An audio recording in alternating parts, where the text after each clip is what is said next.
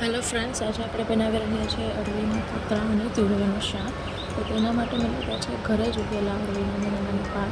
તેને વોશ કરી અને મેં એને કોરા કરી લીધા છે. પછી તેનું બેટર બનાવવા માટે મેં લીધું છે 2 વાટકી ચણાનો લોટ અને રેગ્યુલર બધા મસાલા.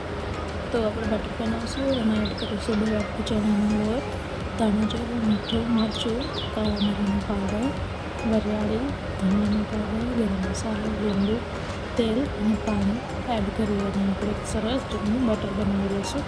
બેટરની કન્સિસ્ટન્સી થીક રાખવાની છે, કેમ કે આપણે સ્પ્રેડ નથી કરવાનો મસાલો. ઓકે,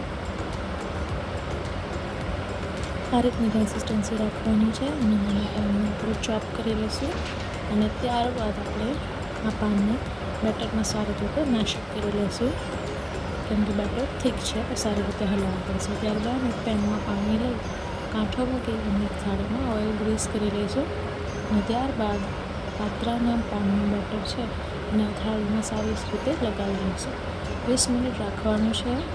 ત્યારબાદ આ થાળી લઈ અને એને સરસ રીતે ઢાંકી દેવાનું છે. આપણી કાઠિયાવાડી ટેકનિક છે દેશી. ત્યાર સુધીમાં આપણે શાક વઘારી લઈએ. તુરિયાની સ્લાઇસ શેપમાં મેં ચોપ કર્યા છે. પેનમાં સારો 3 પાવડા ઓઇલ લઈ તેમાં જીરું, રાઈ, તલ, તમાલપત્ર વગેરે આપણે એડ કરીશું. ત્યારબાદ હિંગ નાખી અને સરસ બધો મસાલો તલ ઉપર આવી જાય ત્યાં સુધીમાં રહેવા દઈશું. પછી આપણે એમાં તુરિયા એડ કરી દઈશું. ત્યારબાદ આપણે મીઠું, મરચું, હળદર બધું નાખી અને સરસ રીતે રહેવા દઈશું. ત્યાં સુધીમાં આપણા પાત્રા તૈયાર છે, તો આપણે તેને કટ કરી લઈએ. પાત્રાને ઠંડા થવા દેવાનું છે, ખાસ ધ્યાન રાખવાનું છે. જે સ્ક્વેર શેપમાં, ચોરસમાં આપણે એને સરસ કટ કરી લઈશું.